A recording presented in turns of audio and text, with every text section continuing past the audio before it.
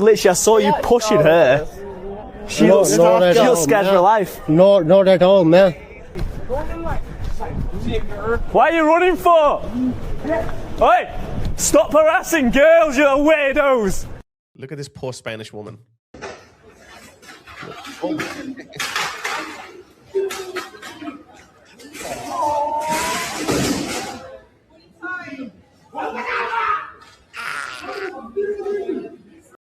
All right, folks, this is Sultan. Well, as you guys know, that European women are no longer safe in Europe as they used to be 10, 15 years ago. Why? Because some bleeding heart lefties who were drowning in the sea of compassion thought that it would be a good idea to bring in people from misogynistic, primitive, tribal cultures into the civilized world where women had fought tooth and nail to win over freedoms that these people can't even wrap their heads around. They thought it was a good idea to bring them. And they thought everything will be fine. And then for the longest time, they gaslit the public into thinking that they were wrong to point out that migrants or people from other cultures are overrepresented in crimes against women. Oh, not just women, girls, children. And don't be surprised if it's going to be animals soon too. I just looked up some data, okay? I thought, let's have a look at the data. What does the data say? Between 2021 and 2023, there were 16,771 sexual offense convictions in England and Wales where nationality was known. Foreign nationals accounted for 2,500 of those sexual offense convictions, while British nationals accounted for 75% of them. Fair enough. A further 8% had unknown nationality, potentially pushing the foreign share up to 23% if some are non-UK. Foreign nationals make up about 10 to 12% of the UK's population, yet they could be responsible for up to 23% of sexual offense convictions. Okay, so who are these people? Afghans. Oh, you know why that is the case? Afghans are at the top. Why are we importing these people? These people have never seen a woman outside of a bin bag. The only female they ever break words with are either their mothers or goats. That's why they lose it when they see ordinary British girls and women in normal clothes. They lose it. 77 convictions. That's 59 convictions per the population of 10,000. And a close number two are Eritreans, 59, which make up 53.6 out of 10,000. Romanians, 987, 208. Polish are 208. Indians, 148. Pakistanis, 144. And Brits, so this is it. This is the baseline. You should always look at what's your national average. 2.66 per 10,000 people, okay? So out of 10,000 Brits, only 2.66 British men will be convicted of a sexual offense. But if you have 10,000 Afghans, then 59 of them will commit a sexual offense. What is this? This is like 30 times more. 30 times more. Who are these geniuses who are bringing in these people? Well, you know who they are. I'm sure you must have heard about this. I covered this news story yesterday as well. A 12-year-old British girl who was playing on a swing when she was approached by two Afghan men and they raped her. Well, only one of them is found guilty and convicted, and he raped her. And he filmed the entire depraved event so he could send it back home to his friends in Afghanistan and tell them, hey, look how easy it is. Come, just jump on a boat, come here. You'll stay in a hotel because Keir Starmer loves illegal migrants. Let's have a look at this video. This woman is going to put former Keir Starmer's advisor in place. Have a listen. Sullivan, as a mother, never mind, I don't care, TV presenter, as a mother, I am incandescent with rage about what is being done to our society. And I blame Keir Starmer.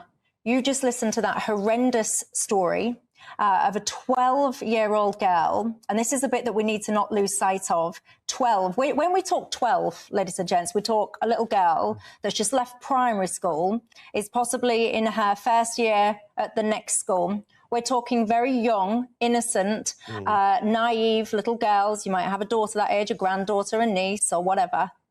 This is on Keir Starmer.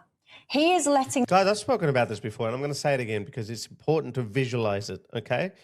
I came to Australia in 2003, okay? There was a culture, a very different culture from what it was in Pakistan, and they're totally foreign from Afghanistan, because in Afghanistan, girls don't even go to school. So in Pakistan, yeah, we used to go to school. Like when I was a kid, we used to go to school. We'd see girls catching public transport, but not as freely as they do in the West. So you would see at about 9 o'clock in the morning or about 3 p.m. in the afternoon, you'll see a lot of kids walking around, waiting at bus stops, totally free of any fear that some foreign national who's come from a foreign, misogynistic, primitive, hostile culture who doesn't understand any of this is going to come and harass them, or worse. That's how it should be. And I'm assuming that's how it was in England. Oh, wow. England started getting ruined in the 90s because they had another problem. They had homegrown Pakistani men who were grooming young girls because they were infidel, white, loose women. These cultures don't mix. I'm sorry, cultures don't mix. Multiculturalism has failed. This is not a racial argument because I'm not a white person, but I'm culturally westernized. And I understand these things. And I understand why it should be like that. I want my daughter to wear a skirt and go to school. But I don't think I'll let her. I don't think it'll be safe. Not even here in Australia. Let me just show you what these people mean when they see young girls in school uniform or in skirt. Look at the mentality of the people that our governments are bringing in en masse. And I totally concur with this worldview. This is a typical worldview of an average Pakistani or an Afghan. Look at this. This is Khan Pashtun warrior, Khan Afridi. They acted like prostitutes in the classroom and are always craved for attention and boyfriend. It's not only men's fault. Also, sometimes they wore miniskirts to lure Pakistani men. This Pakistani pervert is justifying the actions of the Pakistani gangs. This guy is saying, when I see a child in a miniskirt, I never think about raping her. You know who does? Child. He's like, but they should dress modestly. See? Let's be honest. Any girl, when they have their first menstrual cycle, are not children anymore. Exactly. The Prophet married a 9-year-old child. What do you expect? This is how they think. This is how they think. So when you bring in these kind of people en masse, don't be surprised when you see statistics like these. 59 out of 10,000 as opposed to 2.66 British out of 10,000. Don't be surprised. These people look at women, girls, sex, animals totally differently. That's why that Afghan who a 12-year-old girl when she was playing on a swing, it won't be the last one. It's going to keep happening. It's going to keep happening. Look how ingenious they are. And I think it's up to men to take responsibility. I know men have been chastised, demonized by woke lefty women for so long. But we all know, without men, the world will stop spinning. It really will. Look at this. So, third world migrants from hostile misogynistic cultures are waiting outside nightclubs for drunk girls to come out so they can lure them and then do what they do best. So these two British girls, they're being lured by these two men. You'll see their faces, can't speak a word of English. They have nothing in common with these girls. They're no Casanovas, okay? They haven't charmed them. But these girls don't know. And girls, please, start screaming, start shouting, be aggressive, draw attention to yourself. Draw attention to yourselves. Or actually, you know what? Probably don't even go outside, okay? Don't go outside. This is not the West of the noughties. Okay, we used to go out. I used to go out in the 2000s. Yeah, there used to be date raves. There always used to be perverts. But this is next level. This is next level. This is depraved on other levels. I know that. I'm a man, okay? I know how a man's mind works. I'm not claiming to be a saint, okay? But this is depravity beyond our culture. So look at this. Some good Samaritan is going to rescue these girls. You okay? Look, they kept walking with him. He's like, hey, you okay? They kept walking. They're so drunk. You okay? You okay? No? You're not okay? Do you know these? Yeah. Is? Yeah. Definitely, he's 100% Pakistani. Guys, these guys are not even allowed in the posh areas of Pakistan.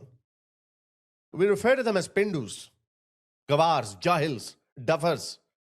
These people are not allowed in built-up areas of Pakistan. And here you are, you have unleashed them on your women. Them, yeah? Yeah. We are. No, you don't know. Hey, you're not with these, though, are you? Yeah. You're not with these, though, are you?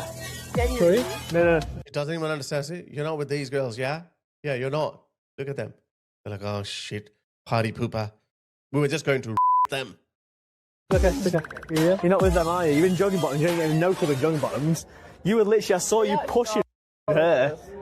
She No, looks not at all, scared for man. her life. No, not at all, man. Okay. What are you talking about? Okay. Yes. What are you doing out tonight? She looks scared for her life, then. Okay, man. And now you're just walking away. Okay. I thought these like your love of your life just said. What are you running for? Oi! Stop harassing girls, you weirdos! So guys, we're going to have to do this. You're going to have to take matters into your own hands. I understand that a lot of men are angry and they think that if we rescue a woman, then you might get in trouble. Hey, look, guys, come on, we know it. There's nothing better than rescuing a damsel in distress. You know it. Some of us have lived our entire lives waiting for that moment to go and rescue a girl. So please do it. You need to do it because you actually don't know, you might have saved these two women from getting or even worse. These things are becoming way too common. These guys are cowards. They rely on the high trust nature of our societies. They know that people don't get involved in other people's affairs. There is freedom. If a man and a woman are walking, then we're going to mind our own business.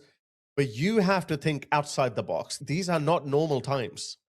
You're not going to be racist if you see a man, a foreign man who can't speak English. You can tell by their swag, okay?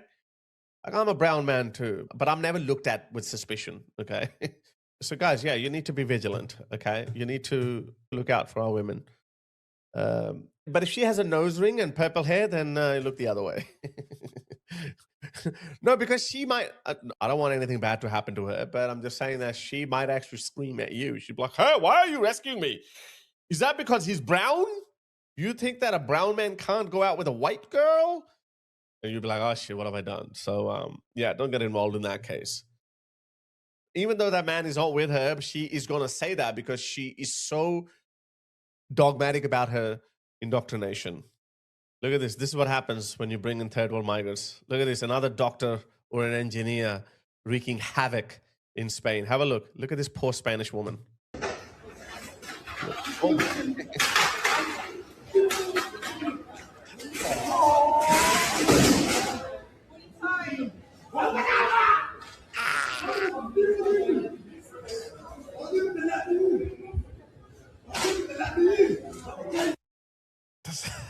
Does that look like civilized behavior to you? Huh? This is what they've done. Look at this. Your future Spaniards. These are your future Spaniards. Have a look at them. Apparently there's a skill shortage in Spain. So that's why these people are coming. They are your nurses and doctors and mechanical engineers. You know, because white people are not making babies, therefore you need a lot of this workforce. You know, the worst part is they're not even going to work. They don't have a good work culture. Look at this. This is Spain. Look at this is Spain as well. I don't know. I might have to blur this video. I don't know. But look at this. Oh, that's a Spanish guy. Oh my God. Oh no, shoot. I didn't even see that video. Wow. A Spanish man is dead. This is Pedro Sanchez's Spain. How did it get to that stage, guys? It's happening. And as I showed you in my last video, they are now giving voting rights to non-EU citizens in France as well. Just at the municipal level, and then they're going to turn it up slowly. It's going to happen. Don't be surprised if Shabana Mahmood tells you tomorrow that, hey, meet your 1.2 million new British citizens. We need nurses, we need gardeners, we need Uber drivers. You know, they say that the first casualty of war is the truth. The first casualty of mass migration are women, 100%. And men are not going to walk out of that unscathed either. You saw the last video, yeah? Men become victims of violent, thuggish gangs, and women become victims of sexual violence. It is being done by design. And it will not stop unless you stand up and say enough is enough. I am a little bit hopeful down here in Australia, as you guys probably would have watched my last video where New South Wales police disperse Muslims from praying on the street. That didn't come out of nowhere. It came out because One Nation, a hard right-wing political party in Australia that has been in the wilderness for the last 30 years or so of its existence, has suddenly started rising. It's become the second most popular political party in Australia. Second most. That's unheard of. Well, actually not unheard of. Unheard of in the Australian context. But I said that. I called it about a year ago. That don't be surprised if a new hard right political party or One Nation surges in the polls, because that happened in France. It happened in Germany with the AfD. It happened with Reform in Britain. It's happening everywhere. Why is that happening all across the West? It's because the silent majority that is not coming out in the streets and shouting at the top of their lungs, globalizing, intifada, all that kind of crap. They're watching this. They're observing this, and they're getting sick and tired of seeing what's taking place on our streets. So that's probably the reason why the Labour government is saying, oops, because Labour is also leaking a lot of voters to One Nation, a hard-right political party. And it's going to keep happening. So in Australia, again, look, I don't know.